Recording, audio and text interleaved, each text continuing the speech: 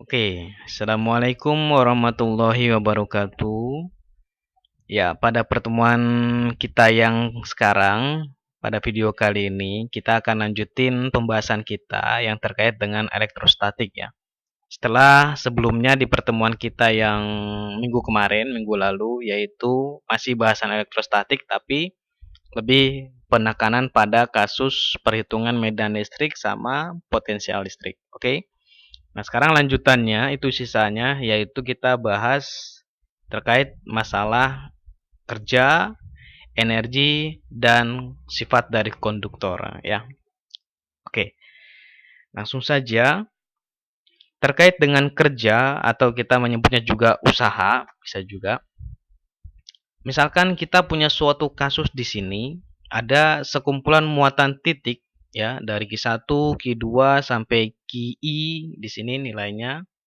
Nah, kemudian kita punya suatu muatan uji Ki besar di sini, nilai muatannya. Nah, kita rencananya ingin memindahkan muatan Ki besar ini dari titik A ini ke titik B, ya sepanjang lintasan inilah, katakan saja. Ya. Nah, maka besar gaya minimum yang dibutuhkan untuk memindahkan muatan tadi dari titik A ke titik B sepanjang lintasan ini, yaitu kita tahu dari rumus energi atau kerja ya, nilainya sama dengan integral A sampai B F dot dl. Oke. Nah, F yang di sini udah pasti adalah gaya listrik yang bekerja karena memang apa namanya? Gaya yang terjadi antara dua buah muatan di sini itu udah pasti adalah gaya listriknya. Lah, kenapa enggak gaya yang kita pakai yang buat memindahkan muatan tadi? Ini disebut adalah gaya minimum. Artinya kan gaya minimum di sini berarti gaya yang kita berikan itu sama dengan gaya listrik yang terjadi antara dua buah muatan ini. Artinya gayanya itu yang kita berikan menjaga si muatan ini agar tetap pada lintasannya, enggak mendekati muatan sumber atau menjauhi sumber gitu ya. Jadi misalkan kalau di titik posisi ini, di posisi ini muatan Q-nya nih, kalau kita memberikan gayanya kelebihan, maka nanti dia akan menjauhi dari muatan sumber. Kalau kita lebih kecil dari gaya antar dua buah muatan di sini, maka nanti dia akan ketarik, akan mendekati muatan sumber gitu ya. Makanya disebut gaya minimum, yaitu gaya yang dibutuhkan untuk menjaga si muatan uji kita itu tetap pada lintasan di sini, A sampai B ya. Jadi makanya di sini F yang kita pakai adalah gaya listriknya, yang nilainya yang kita tahu dari pertemuan kemarin yaitu F-nya sama dengan minus Q dikalikan E ya. Makanya di sini dapat minus Q integral A sampai B E dot dl. Oke. Nah, dari bentuk yang ini kita tahu bahwa minus integral A sampai B E dot dl ini kan nggak lain adalah beda potensial ya. Beda potensial antara titik A dengan B kan. Maka bisa kita rubah menjadi seperti ini. Q VB minus VA. Ya. Atau dengan kata lain, beda potensial antara dua buah titik A sama B di sini nilainya sama dengan W per Q. Ya. Atau secara fisik kita bisa katakan bahwa beda potensial antara dua buah titik ketika kita memindahkan suatu muatan uji yang besarnya Q itu nilainya sebanding dengan energi persatuan muatan dari muatan uji tersebut. Karena W sendiri kan energi ya. W per Q berarti kan energi persatuan muatan. Jadi beda potensialnya itu sebanding dengan besar energi persatuan muatannya. Ya, gitu maksudnya. Oke. Nah, kemudian jika kita ingin memindahkan muatan Q dari jarak yang sangat jauh, anggap aja titik tak berhingga ya, ke titik sejauh R. R di sini berarti ke titik R yang jaraknya ke sumber muatannya ya. Dari sumber muatan. Maka kerja yang harus dilakukan menjadi nilainya nih. W sama dengan Q VR dikurangi V tak hingga. Karena VR ini adalah potensial titik akhir kita, yaitu jaraknya R ke muatan sumber. Kalau yang V tak hingga ini titik awal kita berangkat. Karena dibilangnya dari jarak yang sangat jauh, berarti kan bisa kita katakan bahwa dari titik yang tak berhingga ya. Nah, Potensial di titik tak berhingga itu kan pasti akan mendekati nol. Karena V itu berbanding terbalik dengan jarak ya. Makanya ketika R-nya sangat besar, maka potensialnya pasti akan mendekati nol. Karena ini nol, maka sederhananya usaha dari muatan uji yang kita pindahkan itu sama dengan Q dikali V. Nah, jadi rumus yang kalian temukan di fisika dasar yang lalu, yang W sama dengan Q kali V, ini artinya beda potensialnya itu selalu dari acuannya dari titik tak berhingga, gitu. Jadi lebih formalnya itu harusnya seperti ini. W sama dengan Q dikali VB minus VA. Tapi ini untuk dua buah titik yang kita pilih istilahnya ya. Kalau ini kita selalu memilih acuan titik berangkat kita itu selalu dari tak berhingga. Kalau ini acuan berangkat kita dari A sampai akhirnya ke B ya. Oke, itu konsep untuk usaha atau kerja dari gaya listrik ya. Nah, kemudian energi dari distribusi muatan titik. Jadi, misalkan sekarang keadaannya kita ingin menempatkan sekumpulan muatan titik. Ada banyak muatan titik yang kita ingin tempatkan di sini. Mulai dari Q1, Q2 sampai Q3. Di sini satu demi satu ya. Artinya berarti kita mulai tempatkan Q1 dulu, kemudian Q2, kemudian Q3 dan seterusnya ya. Nah, maka untuk menempatkan satu muatan pertama, itu kita tidak membutuhkan usaha atau energi. Kenapa? Ingat lagi, W tadi sama dengan Q kali V ya. Kita balik lagi sedikit. Ingat, W sama dengan Q kali V. Q adalah muatan yang kita pindahkan. V di sini adalah potensial dari muatan sumber. Nah, ketika kita memindahkan muatan pertama, kan tidak ada muatan sumber. Maka otomatis nggak ada potensial sumbernya. Jadi untuk muatan pertama akan selalu W-nya sama dengan 0. Karena tidak membutuhkan energi. Artinya tidak dibutuhkan energi untuk melawan gaya kulomnya, gaya listriknya, atau mengikuti gaya kulomnya ya. Karena kan kalau sama-sama plus muatannya kan nanti kan ditolak, berarti kan artinya kita berarti melawan gaya kulomnya di situ ya. Nah, terusnya sedangkan usaha yang dibutuhkan atau kerja yang dibutuhkan untuk menempatkan muatan kedua, nah ketika kita menempatkan muatan kedua maka sudah ada muatan sumber kan, yaitu dari muatan satu yang sudah kita pindahkan nih Q1. Makanya di sini nilai kerjanya menjadi Q2 dikali V1. V1-nya itu yang enggak lain ini bentuknya seperempat Pi Epsilon 0 Q1 per R12. R12 ini adalah jarak relatif antara muatan 1 dengan muatan 2 ya gitu. Kemudian kita ingin menempatkan lagi muatan ketiga, maka usaha yang dibutuhkan untuk menempatkan muatan ketiga sekarang keadaannya muatan sumbernya itu ada dua, ada Q1 sama Q2. Maka potensialnya pun dari kontribusi masing-masing muatan tadi. Jadi ada V1 sama V2 di sini. Maka nilai kerja untuk memindahkan muatan ketiga tadi itu nilainya sama dengan Q3 dikali dalam kurung ya, V1 tambah V2 gampangnya. V1 V2 di sini dijabarkan seperti ini, seperempat pi epsilon 0 kita keluarin. V1-nya berarti Q1 per R13, jelas jarak antara muatan 1 dengan muatan 3 nih. Jadi ketika kita memindahkan muatan ketiga, maka potensial antara muatan 1 berarti jarak pisahnya adalah R13 ya. Nah, kemudian jarak pisah antara muatan keduanya itu R23 gitu. Oke. Nah, kemudian kalau kita ingin menempatkan lagi muatan keempat di sini, maka potensial sumbernya akan menjadi ada 3 ya, karena ada V1, V2 sama V3. Makanya di sini bentuknya menjadi Q4 per 4 pi epsilon 0 ya, seperempat pi epsilon 0 kali Q4. Ini yang dari V1 jadinya Q1 per R14 yaitu jarak relatif antara muatan 1 dengan muatan 4-nya berapa. Kemudian ditambah Q2 per R24 berarti jarak relatif antara muatan 2 dengan muatan 4-nya berapa gitu ya. Ditambah lagi Q3 muatannya dibagi dengan R34 yaitu jarak relatif antara muatan 3 dengan muatan 4 gitu. Oke. Ya. Nah, misalkan hanya 4 muatan yang kita pindahkan tadi yang satu demi satu, maka total usaha yang kita butuhkan untuk menempatkan keempat muatan tadi, ya 4 muatan titik tadi, nilainya ya sama dengan ini. Intinya sih W sama dengan W1 tambah W2 tambah W3 tambah W4 ya, tapi W1 kan selalu 0.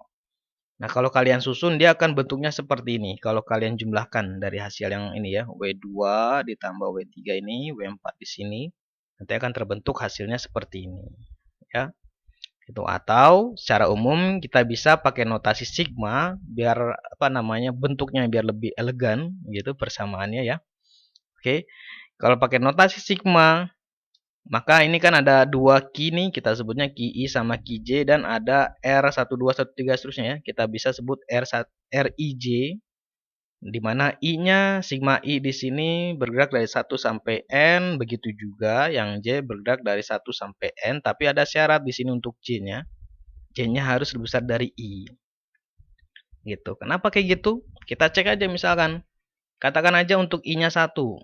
Kalau I-nya dimasukkan 1, karena dari syarat di sini J harus lebih besar dari I, berarti J harus lebih besar dari 1 dimulainya. Maka di sini J nggak boleh dari 1, harus dari 2.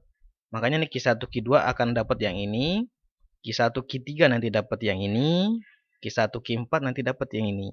Gitu. Kalau dia 4 muatan ya. Kemudian I-nya kita gerakkan lagi ke 2. Ketika I-nya 2, maka J-nya harus lebih dari 2. Jadi nggak mungkin 2. Maka dari Q-nya 2 akan muncul Q3. Nanti dapat yang ini ya, Q2, Q3. Terus kalau dia 2 sama 4, nanti Q2, Q4. Gitu. Terus untuk yang I-nya 3, berarti J-nya hanya 4 ya, Q3, Q4. Nanti dapatkan seperti ini. Gitu. Jadi ini penjabaran rumusnya nanti akan dapat seperti ini ya. Nah, terus dari bentuk ini juga kita bisa modifikasi sedikit, maka hasilnya jadi seperti ini. 1/8 pi epsilon 0 bentuknya sama, dua sumasi, hanya syaratnya sekarang berbeda, J tidak sama dengan I. Ya. Nah, kenapa dia jadinya, ini kan 1/4 ya, yang ini 1/8, kan kayak semacam setengahnya kan. Nah, kenapa dia ada setengahnya di sini? Oke, sekarang untuk sumasi di sini, dia syaratnya hanya J tidak sama dengan I. Gitu. Jadi artinya, kalau misalkan I-nya 1 di sini, katakan aja, J-nya 2, karena kan nggak boleh sama dengan I ya J-nya, jadi nggak mungkin J-nya juga 1 kan. Berarti kalau ini Q-nya 1, berarti ini jadi Q2 ya, Q1, Q2. Nah, tapi kalau misalkan I-nya kita ganti 2, berarti J-nya boleh 1 kan, Q2, Q1. Nah, sedangkan Q1, Q2 atau Q2, Q1 kan nilainya sama aja. Jadi itu artinya setiap bentuk ini itu jadi terhitung 2 kali nilainya. Jadi Q1, Q3 nanti ada juga Q3, Q1 dari bagian ini. Begitu juga Q1, 4 nanti ada Q1, Q4, Q1 gitu ya. Nah, karena setiap bagian ini ada terhitung 2 kali, supaya kembali ke bentuk awal yang ini, maka harus dibagi 2. Makanya dia jadi 1/8 4 pi epsilon 0 gitu ya. Nah, tujuan dari perubahan bentuk ini adalah supaya kita bisa memisahkan antara Qi dengan Qj yang tadi. Jadi bentuknya kita bisa bikin seperti ini. Ya, gitu. Karena dengan pemisahan ini itu udah ada independensi antara J dengan I-nya. Jadi udah nggak ada ketergantungan lagi. Memang ada syarat di sini tapi tidak tidak yang setergantungan yang di sini ya. Gitu. Jadi ketika I sama J-nya sudah terpisah, kita bisa pisah sumasinya bentuknya menjadi seperti ini, ya. Nah, bentuk yang bagian ini orang menyebutnya sebagai apa namanya? Besaran V istilahnya, VRI. Jadi bentuk V di sini nilainya sama dengan 1/4 pi epsilon 0 Q per R. Karena memang potensial yang sudah kita dapat sebelumnya di hukum Coulomb itu kan bentuknya mirip ini ya. 1/4 pi epsilon 0 Q dibagi dengan R. Jadi dengan kata lain, total kerjanya kalau dibikin dalam bentuk sumasi kayak gini dia, sigma Qi V Ri. Qi adalah muatan yang kita pindahkan, V di sini adalah potensial dari muatan sumbernya, ya, gitu. Ini hanya masalah simbol. Kalau kalian mau pakai simbol ini boleh buat penjabaran rumusnya atau pakai penjabaran cara yang tadi lebih gampangnya ya, gitu. Tujuannya apa kita bikin bentuk seperti ini? Nah, tujuannya adalah ke sini, yaitu untuk perubahan distribusi muatan kontinunya. Karena untuk yang muatan titik kan dia pakai lambang sumasi. Maka kalau dia muatannya kontinu, yang sumasi akan berubah menjadi lambang integral ya. Nah, nanti yang bagian Q kita bisa ganti menjadi rho d tau dan V-nya tetap yang ini ya. Jadi rumus yang W sama dengan setengah integral rho V d tau ini untuk menghitung energi dari distribusi muatan yang kontinu. Tujuan tuh ke sini sebenarnya rumusan tadi ya. Itu. Tapi ingat bentuk ini nggak harus rho d tau. Kalau dia bentuknya permukaan maka pakainya sigma dA ya. Kalau dia muatannya bentuk garis, maka kita pakainya lambda dl. Jadi disesuaikan dengan bentuknya. Oke. Nah, terusnya sekarang kita coba evaluasi antara hukum Gauss dengan bentuk divergensi E-nya. Oke. Kita tahu bahwa rho per epsilon 0 itu sama dengan divergensi E ya, atau rho sama dengan epsilon 0 dikali divergensi E. Nah, kalau ini kita substitusikan ke persamaan yang udah kita dapat tadi sebelumnya nih, maka nanti dapat seperti ini ya, epsilon 0 per 2 integral divergensi E V d tau. Nah, dari bentuk yang terakhir ini, kalau kita gunakan metode integral parsial yang kalau kalian ingat UdV ya, UdV itu kan integralnya UV minus VdU. Nah, nanti dapat seperti ini bentuknya. Tapi bentuk ini kalian nggak usah pusingin gimana dapetinnya ya. Kita terima dulu aja. Tapi kalau kalian mau cari tahu, bisa kalian terapkan rumus integral parsialnya ya. Yang integral UdV sama dengan UV minus VdU. Ya, gitu. Nanti dapat hasil bentuk seperti ini. Oke, kita lupakan dulu masalah kerumitan itu. Nah, dari bentuk yang terakhir ini, kita lihat ada bentuk gradien V. Dan kita tahu bahwa gradien V itu kan nilainya sama dengan minus E ya. Yang udah kita dapat juga dari pertemuan sebelumnya. Nah, kalau ini kita substitusikan ke sini, E dot E jadinya kan E kuadrat ya. Min sama min jadinya plus. Maka bentuk ini kan sisanya jadi seperti ini. Nah, dari bentuk terakhir ini kita bisa sederhanakan lagi, maka nilai W-nya menjadi epsilon 0 per 2 integral E kuadrat d tau. Jadi yang bagian suku kedua itu bisa kita abaikan. Kenapa bisa diabaikan? Karena kita lihat bentuk di sini ada integral tertutup dari E dot dA ya. Ingat yang bagian E dot dA itu kan kita menghitung total flux yang dilingkupi oleh muatan yang dilingkupi oleh muatan permukaan yang tertutup ya. Karena kan ini integralnya tertutup nih. Nah, kenapa ini bisa kita abaikan? Karena integral kita yang pakai di sini adalah untuk seluruh ruang, all space. Artinya, kalau kita mengambil ruang yang sangat besar begitu, maka bisa kita katakan bahwa si medan listriknya ini itu bisa dibilang tidak sampai menembus si permukaan dA-nya tadi gitu. Jadi dengan kata lain total fluxnya 0, makanya integral tertutup dari E dot dA-nya itu bisa mendekati 0 gitu ya. Oke, makanya ini suku ini kita bisa abaikan. Makanya hasilnya di sini, hasil penyederhananya adalah integralnya terhadap seluruh ruang. Karena kita mengambil ruang yang sangat besar istilahnya. Gitu ya. Jadi suku yang kedua bisa kita abaikan. Nah, nanti dapat seperti ini. Oke, gitu ya. Yuk, kita langsung contoh.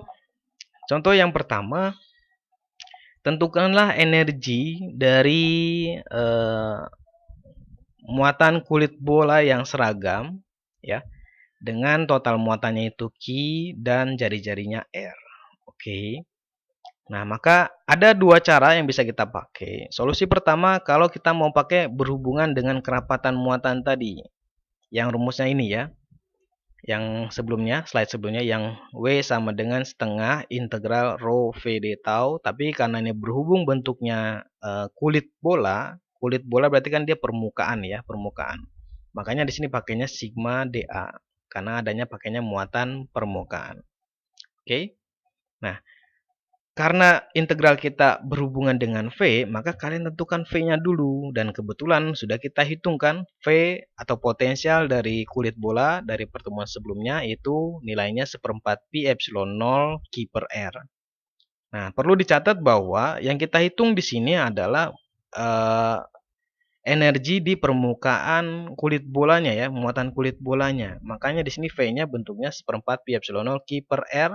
R di sini adalah jari-jari bola, ya. Kalau dia di luar bola nanti kan R-nya jadinya R kecil, ya, gitu. Oke, jadi dia menghitungnya di permukaan kulit bolanya tadi. Nah, kalau V ini kita masukkan ke rumus integral ini, maka nanti dapat hasilnya seperti ini. Yang bagian 1/8 pi epsilon 0 bisa keluar dari integral, dan Q per R jari-jari bolanya juga bisa keluar dari integral, maka bersisa hanya sigma dA. Dan kebetulan sigma juga bentuknya konstan ya, gitu. Tapi karena bentuknya sigma dA itu kan sama aja kayak dq juga kan, gitu. Karena bentuk dq bisa ada 3 macam ya. Ingat, dq itu bisa rho d tau, lambda dl atau sigma dA. Nah, integral dari dq itu kan akan dapatnya nanti q. Makanya q kali q nanti jadinya q kuadrat di sini. Gitu ya. Ini kalau pakai solusi pertama. Solusi yang lain kalau kita hubungkan dengan medan listriknya. Jadi ada dua pilihan ya. Rumusan tadi kan ada yang ini. Kalau pakai medan listriknya kan berarti kita harus tentukan dulu E-nya. Medan listrik dari muatan kulit bola di permukaannya pun itu kan nilainya Q per R kuadrat ya. Nah, kita cari E kuadratnya karena memang butuh E kuadratnya. Berarti kan tinggal didotkan istilahnya. E kuadrat ini berarti E dot E ya. Nah, nanti dapat hasilnya ini ya kayak semacam dikuadratkan saja langsung ya. Gitu. Oke. Nah, baru terapkan ke rumusnya. Jadi W totalnya di sini hasilnya ingat rumusnya epsilon 0 per 2 integral E kuadrat D tau ya. Saya nggak bisa balikan lagi ya. Jadi saya sebutin aja W totalnya itu epsilon 0 per 2 integral yang seluruh ruang tadi yaitu dari E kuadrat D tau. Nah, yang E kuadratnya udah kita hitung di sini. Masukkan semuanya ke sini. D taunya yaitu untuk yang elemen bola ya, R kuadrat sin theta dr d theta dpi ini D tau untuk yang elemen bola. Oke. Yang bagian ini bisa keluar integral, jadi hanya tinggal Q kuadrat per R4, tapi Q kuadrat juga nanti bisa keluar integral ya. Jadi sisanya hanya yang ini nih, R pangkat 4 sama R pangkat 2 bisa coret seper R kuadrat ya. Nah, yang integral sin theta d theta langsung dia nanti dapatnya 2. Oke. Makanya di sini ini kan 16 ya. 16 dikali 2 kan 32. Nanti dikalikan lagi 2 dari situ. Kemudian integral dp itu kan hasilnya 2pi ya. Nanti disederhanakan dapatnya seperti ini. 32-nya dari yang ini, 4pi dari yang tadi. Integral sin theta d theta 2, integral dp-nya 2pi. Maka jadi 4pi ya. Jadi integral kita tinggal bersisa seper R kuadrat dr. Nah, integral di sini karena ingat all space ya, seluruh ruang. Artinya berarti kita mengintegralkan dari permukaannya dari R sampai yang ruang tak berhingganya ini sampai tak berhingga jauh. Gitu. Maka kalau kita masukkan hasil integralnya nanti dapat seperti ini. Lihat hasilnya sama ya. Gitu. Jadi tinggal kalian pilih mau yang pakai potensial, maka pakai rumusan ini, atau kalian bisa pakai yang berkaitan dengan medan listrik. Jadi tergantung yang kalian tahu apakah potensialnya atau medan listriknya ya. Pilih salah satu. Kalau kalian sudah tahu salah satu itu kalian tinggal terapkan ke rumus energinya. Oke. Itu ya.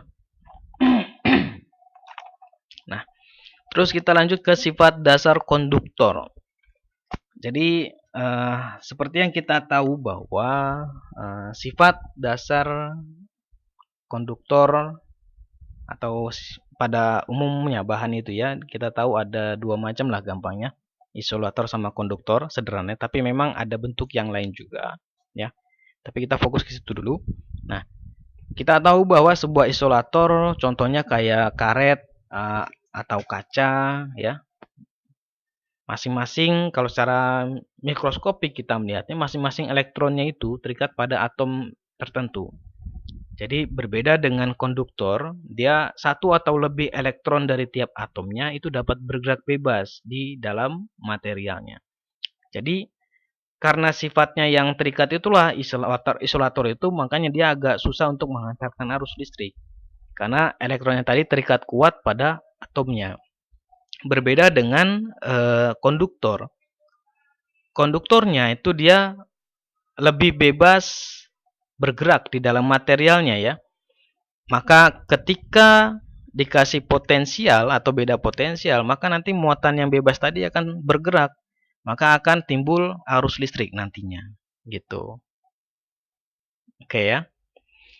Nah, terusnya dari definisi tadi, maka beberapa sifat dasar elektrostatik dari konduktor ideal yaitu ada 5 hasilnya di sini ya. Oke. Jadi dari definisi tersebut ada beberapa hal yang bisa kita simpulkan ya. Pertama nih, di dalam konduktor nilai medan listriknya itu akan selalu sama dengan 0. Kenapa? Kita bisa lihat kasusnya di sini nih. Kita di sini punya suatu plat lah katakan aja ya, plat di mana dia awalnya netral, jadi tidak ada muatan ya. Nah, ketika kita kasih medan listrik keluar yang besarnya E0 di sini, nah maka karena dia konduktor, ingat konduktor dia elektronnya bisa bergerak bebas ya, maka nanti yang muatan negatif itu akan bergerak ke kiri. Itu. Dia berlawanan arah dengan medan listriknya. Karena ingat lagi rumusnya F sama dengan Q kali E ya. Karena Q-nya minus, maka dia minus E kan, istilahnya kan minus QE. Berarti arahnya berlawanan terhadap medan listrik yang awal dia. Makanya dia nanti akan bergerak ke kiri. Sedangkan yang positif akan mengikuti searah dengan medan listrik luarnya nih. Gitu. Nah, selama proses pemisahan muatan ini, maka akan muncul medan listrik di dalamnya kan, di dalam konduktornya nih. Karena ada pengkutuban istilahnya ya, polarisasi di sini.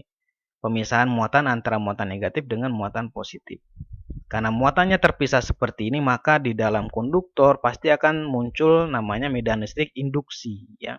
Karena dia timbul karena ada pengaruh dari medan listrik luar gitu.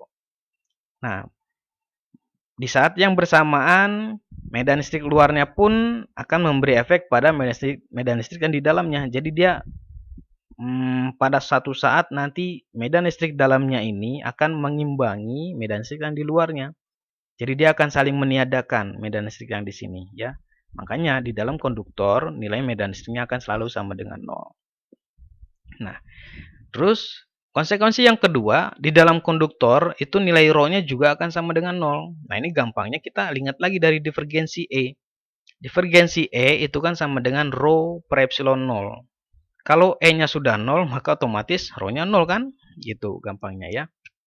Oke, terusnya yang ketiga, total muatannya itu tersebar di permukaan. Nah, ini perlu catatan juga nih. Untuk yang bagian ketiga ini kalau untuk kasus yang tadi, si lempengannya netral atau konduktornya netral, kemudian kita kasih medan listrik keluar ya. Maka dia akan terbentuk muatannya itu hanya di permukaan. Nih, ini kan hanya di permukaannya doang kan? Gitu. Tapi berbeda halnya kalau memang awalnya si konduktornya itu punya muatannya. Karena kalau kita hitung kan ada medan listrik di dalam konduktor yang bermuatan kan ya, gitu. Berbeda kalau yang kayak misalkan kulit bola, dia kan medan listrik di dalamnya kan sama dengan 0 karena memang di dalam bolanya nggak ada muatan, gitu. Ya, beda kasus. Oke.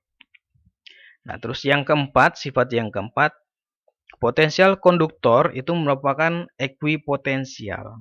Nah, maksud dari ekuipotensial itu artinya kalau kita mengambil bentuk lintasan yang mirip dengan ini ya, kayak bentuk bentuk permukaannya ya. Nah, maka nilai potensial di sepanjang permukaan ini itu akan sama nilainya. Gitu. Itu maksudnya. Oke. Nah, terus yang kelima, di luar konduktor juga medan listriknya akan tegak lurus permukaannya. Yang gampangnya di sini aja di tepinya ini kan di sini kita lihat bahwa medan listriknya selalu tegak lurus permukaannya ya. Mau bagaimanapun bentuknya gitu. Jadi 4 sama 5 ini saling terkait. Karena dia saling tegak lurus, maka otomatis potensialnya akan ekuipotensial. Artinya untuk sepanjang permukaan yang sama, maka nilai potensialnya akan sama. Makanya disebutnya ekuipotensial, ya. Oke. Nah, terusnya untuk muatan induksi. Jadi kalau sebelumnya kan ada medanistik induksi. Untuk yang muatan induksi juga sama prinsipnya ya.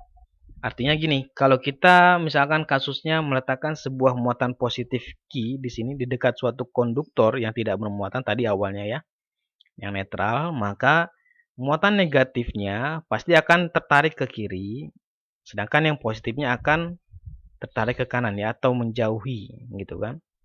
Nah, muatan yang terbentuk inilah disebutnya sebagai muatan induksi. Karena memang muatan yang terbentuk karena ada pengaruh dari muatan di luarnya ya. Gitu, sama kayak tadi medan listrik luar. Oke, gitu. Itu sifat dari konduktor.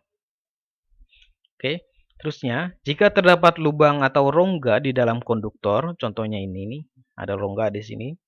Dan di dalam rongga itu terdapat satu muatan Q ya, nilainya di sini. Nah, maka medan listrik di dalam rongga tersebut tidaklah nol. Karena udah pasti di dalam rongga ini ada nilai medan listriknya. Karena muatannya ada kan, gitu. Itu bergantung dengan muatannya ya. Kalau dia ada muatan, maka medan listriknya pun ada, gitu. Oke. Tetapi di dalam konduktornya itu nilai medan listriknya sama dengan nol. Prinsipnya itu kayak sebelumnya. Kalau di sini misalkan muatannya positif, maka yang bagian permukaan dalam konduktor ini pasti dia bermuatan negatif, ya dia akan tertarik ke sini. Yang positif akan di luarnya nanti. Nah, lagi-lagi dengan pemisahan muatan positif dengan negatif di sini kan pasti ada timbul medan listrik dalamnya kan, ya. Dan dia juga lama-lama akan mengimbangi antara medan listrik luar dengan yang di dalam rongganya tadi, gitu. Makanya di sini resultannya itu akan sama dengan 0 ya. Medan listrik resultannya lah tepatnya ya. Gitu. Oke. Nah, terusnya untuk gaya dan muatan permukaan. Nah, seperti halnya pada muatan titik, dengan adanya medan listrik luar, sebuah muatan permukaan juga akan mengalami gaya listrik. Jadi nggak cuma muatan titik doang ya, kalau dikasih muatan yang lain atau medan listrik luar, dia pasti akan dikenai gaya kan. Begitu juga untuk yang muatan permukaan. Gitu. Jadi dengan adanya medan listrik keluar pasti muatan permukaan juga mengalami gaya listrik kan? Gitu, ya. Nah, kita bisa hitung nilai gaya persatuan luasnya itu berapa. Kita pakai lambangnya F di sini. F di sini menyatakan gaya persatuan luas ya. Jadi gaya listrik persatuan luas yaitu sama dengan sigma dikali E. Karena F itu kan tadi rumusnya apa? Q dikali E ya. Nah, karena dibilangnya gaya persatuan luas, berarti F per A dong. Terus yang bagian Q per A kan sama aja dengan sigma ya. Sigma itu kan berarti kerapatan muatan persatuan luas gitu. Oke. Nah, tetapi karena medan listrik di dalam konduktor itu 0, maka terdapat diskontinuitas medan listrik pada muatan permukaan. Ini udah kita bahas juga sebelumnya. Memang untuk yang muatan permukaan selalu ada diskontinuitas medan listriknya ya di permukaannya. Nah, dengan demikian medan listrik yang digunakan adalah nilai rata-rata medan listrik dari kedua sisinya. Jadi baik yang di atas maupun yang bawah. Jadi rumus F ini kita edit sedikit, yaitu sama dengan sigma E average, berarti rata-ratanya. Berarti sama aja setengah dari sigma medan listrik yang atas ditambah medan listrik yang bawah. Ya kan rata-rata namanya juga kan. Karena ada dua medan listrik, berarti kan tinggal ditambahkan medan listriknya kemudian dibagi 2 ya. Nah, ingat kembali bahwa medan listrik permukaan itu kan nilainya nih, sigma per 2 epsilon 0. Ini baik yang atas maupun bawah sama ya nilainya ini. Nah, kalau dimasukkan ini nilainya ke sini, ini sigma per 2 epsilon 0, ini juga sigma per 2 epsilon 0, ditambahkan nanti kan sama aja sigma per epsilon 0 ya. Karena setengah tambah setengahnya kan jadi 1. Nah, jadi sigma per epsilon 0 dikali sigma jadinya sigma kuadrat per epsilon 0. Gitu ya. Atau dengan kata lain, kita peroleh nilai tekanan elektrostatiknya. Jadi medan listrik yang dari luar tadi itu semacam kayak memberikan tekanan pada muatan permukaannya gitu. Ya. Maka nilai tekanannya itu ya adalah ini epsilon 0 per 2 dikalikan dengan E kuadrat. Nah, kenapa dapat kayak gini? Ingat F di sini adalah tadi apa? Gaya persatuan luas atau F per A. F kecil ini kan F per A. Dan ingat, F per A itu kan sama aja dengan P ya, tekanan kan? Gitu. Nah, yang sigma ini kita ganti lagi dari rumusan ini. Sigma itu kan sama aja apa? 2E dikalikan dengan epsilon 0 ya.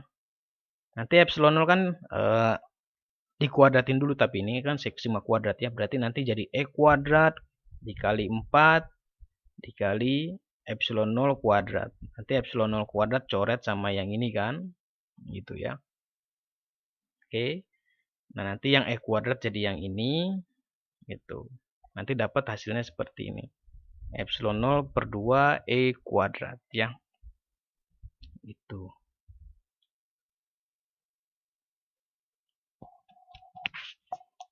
Oke ya. Jadi kalian bisa substitusikan sigmanya dari sebelah sini. Cuman memang gini. Memang sih agak aneh ya. Kalau kita masukkan sigmanya dari sini kan berarti kalau dikuadratin E kuadrat dikali 4 epsilon 0 ya. 4 epsilon 0 kuadrat. Nah, cuman gini. Kasus kita itu kan dia apa namanya untuk rata-ratanya ya. Berarti harusnya kita pakai yang E rata-ratanya. Ini kalau dirata-ratakan berarti kan apa namanya? Bukan rata-rata, lebih tepatnya ke arah masalah diskontinuitasnya tadi. Kan kita tahu bahwa perbedaan antara medan listrik yang di luar dengan yang di atas dengan yang bawah itu kan nilainya sigma per epsilon 0 ya. Jadi kita bukan pakai yang per satu permukaan gitu. Karena kan permukaan yang terbuka dia itu kan ada yang atas sama yang bawah ya. Yang dimana nilai diskontinuitas kan sigma per epsilon 0 kan. Ya. Berarti nanti yang ini hanya epsilon 0 kuadrat dikali E kuadrat gitu. Nanti dimasukkan ke sini. Nah, nanti dapat seperti ini ya. Jadi P di sini adalah dipakainya juga P rata-ratanya, tekanan elektrostatik rata-rata pada permukaannya ya. Gitu. Oke deh ya. Terus nah, sekarang untuk konsep kapasitor. Kapasitor sederhananya itu dia dibentuk dari dua buah konduktor yang diberi muatan positif Q sama minus Q yang dipisahkan pada suatu jarak tertentu ya. Nah, karena V atau potensial ini konstan pada permukaan konduktor di sini, begitu juga untuk yang minus juga ya. Maka beda potensial antara dua muatan konduktor di sini ya, nilainya V sama dengan V plus dikurangi V minus. Nggak harus V plus dikurang V minus, bisa juga V minus dikurang V plus sama aja ya. Yang terpenting kan beda potensial antara dua buah muatan ini. Gitu ya. Nah, di sini rumusnya kan minus integral E dot dl. Nah, batas ini itu menyesuaikan dengan yang kalian pakai di sini. Kalau V plus dikurangi V minus kan sama aja kayak integral batas atas dikurangi batas bawah kan? Berarti yang plus dulu dikurangi yang minus ya. Kalau di sini pakainya V minus dikurang V plus, berarti di sini integralnya dari plus sampai minus gitu ya. Jadi ingat aja kayak integral itu kan batas atas kurang bawah, makanya V plus dikurang V minus. Kalau kita mau pakainya ini min sama plus, berarti integralnya di sini plus sampai min, gitu. Oke? Nah, tapi yang terpenting di sini, yang kita tahu bahwa E itu kan rumusnya ini ya, 1/4 pi epsilon 0 integral rho per R kuadrat d tau. Jadi kalau dari rumusnya kan kita bisa katakan bahwa E sebanding dengan Q kan, karena kan rho kan sama aja Q juga kerapatan muatan. Karena E sebanding dengan Q, maka V juga begitu. Karena kan V sebanding dengan E, dan E sebanding dengan Q. Otomatis kan V sebanding dengan Q juga ya. Nah, konstanta kesebandingan ini kita katakan sebagai kapasitansi. Jadi kesebandingan antara Q per V di sini, itu kita sebutnya sebagai C, kapasitansi ya. Jadi jumlah muatan per beda potensial antara dua buah muatan tadi. Gitu ya. Oke. Nah, sekarang kalau kasusnya kita ingin mengisi kapasitor, maka itu artinya kita sama aja harus memindahkan elektron dari plat positif ke plat negatif. Yang dalam prosesnya pemindahan muatan tadi itu akan melawan medan listrik yang terdapat di antara dua plat kapasitor tadi atau konduktor tadi. Untuk gambarannya seperti ini misalkan nih, ya. Kita punya dua buah plat di sini, yang plus sama min. Ingat, ketika kita mengisi kapasitor ini, katakan aja kita hubungkan ke suatu beda potensial atau baterai ya, tegangan. Nah, maka elektron nanti akan berpindah dari konduktor plus ke yang minus. Nah, ketika elektron ini pindah, ya, dan karena di antara plat konduktor ini ada medan listrik yang arahnya dari plat positif ke plat negatif, maka ketika elektronnya tadi keluar, dia akan ada gaya yang menariknya ke sebelah ini, sebelah kiri nih. Gitu. Gaya listrik yang di sini. Kenapa? Karena di sini muatan elektron tuh dia negatif dia. Maka gaya listriknya, ingat kan F itu sama dengan Q dikali E ya. Karena elektron muatannya negatif, dia akan minus QE. Maka gaya listriknya itu akan berlawanan dengan medan listriknya. Jadi dia arahnya ke kiri nih. Berarti yang tadinya kita pengen dia si muatannya itu bergerak ke kanan, justru dia ada gaya listriknya ke kiri kan. Jadi memang ada usaha untuk melawan besar gaya listriknya lebih tepatnya ya. Karena memang gaya listrik timbulnya ada medan listriknya tadi memang. Gitu. Atau dengan kata lain memang kita melawan medan listrik yang diantara dua plat kapasitornya gitu. Oke. Nah, maka kerja yang dibutuhkan dalam proses pengisian kapasitor tersebut hingga mencapai sejumlah muatan tertentu Q, yaitu nilainya adalah dW sama dengan Q per C dQ. Ini sama aja dengan V ya. Ingat W sama dengan Q kali V. V-nya diganti dengan Q per C, bukan dengan kapasitansi. Nah, maka total kerja yang dibutuhkan dari muatannya yang tadinya 0 sampai muatannya penuh sampai Q, yaitu kita tinggal integralkan 0 sampai Q dari Q per C dQ. Maka hasilnya setengah Q kuadrat per C ya. Dan karena Q sama dengan C kali V, kalian bisa substitusikan ke sini, maka ada bentuk yang lain. Bisa W itu sama dengan setengah CV kuadrat ya. Jadi boleh bisa pakai yang ini atau pakai yang ini. Oke. Nah, contoh yang kedua. Nah, tentukanlah besar kapasitansi dari suatu plat sejajar, kapasitor plat sejajar, yang terdiri dari dua buah logam dengan permukaan A dengan jarak pisahnya D. Gambarnya kayak gini ya. Nah, maka langsung saja. Pertama kita harus tahu dulu bahwa potensial antara dua plat ini, itu yang kita butuhkan ya. Jadi tentukan V-nya dulu.